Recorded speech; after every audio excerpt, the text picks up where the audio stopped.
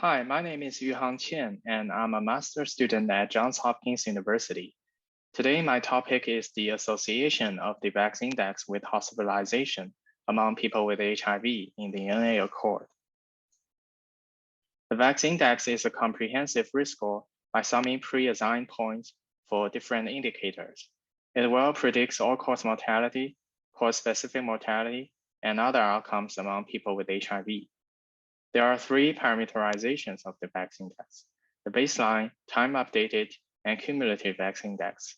One prior research found that time-updated VACS Index assessed the risk of myocardial infarction and mortality better than the baseline and cumulative VACS Index.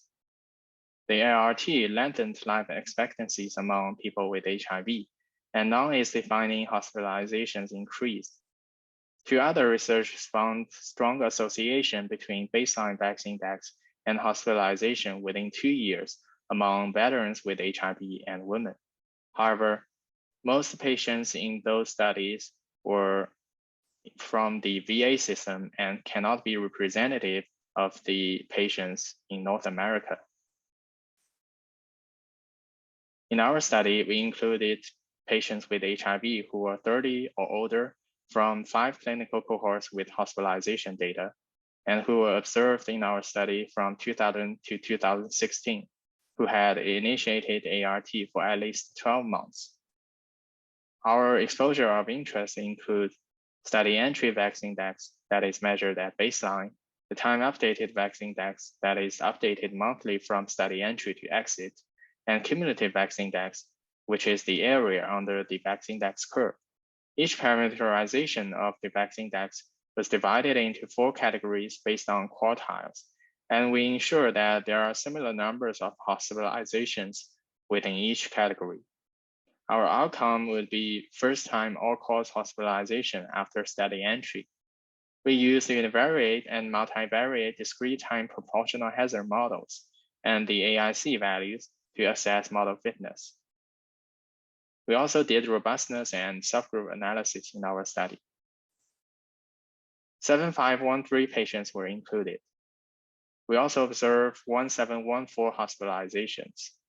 Those tend to be female, Black, who had injected drug use, those who had lower CD4 counts, higher viral loads, those who had HIV infected, who had AIDS-defining illness and hypertension. We observed strong association between each parameterization of the VACS Index and hospitalization. Time-updated VACS Index model had the highest magnitude of the hazard ratio estimates after adjustment. We observed dose-response relationship in those models, and it is even more evident in the time-updated model. Based on the AIC values, the time-updated VACS Index model fitted hospitalization data better than the study entry and cumulative VACS Index models. And similar results can be found in the robustness analysis. And here are our subgroup analyses by sex and race and ethnicity. And we also found that time-updated VACS Index models had lower AIC values than the study entry and cumulative VACS Index models. Based on our findings, time-updated VACS Index can be built into electronic medical records and help healthcare providers identify patients with high risk of hospitalization. And further follow-ups can be triggered among those patients. It is a comprehensive index and could reflect subtle organ injuries.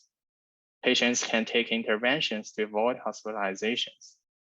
In population level, it helps healthcare providers better distribute medical resources.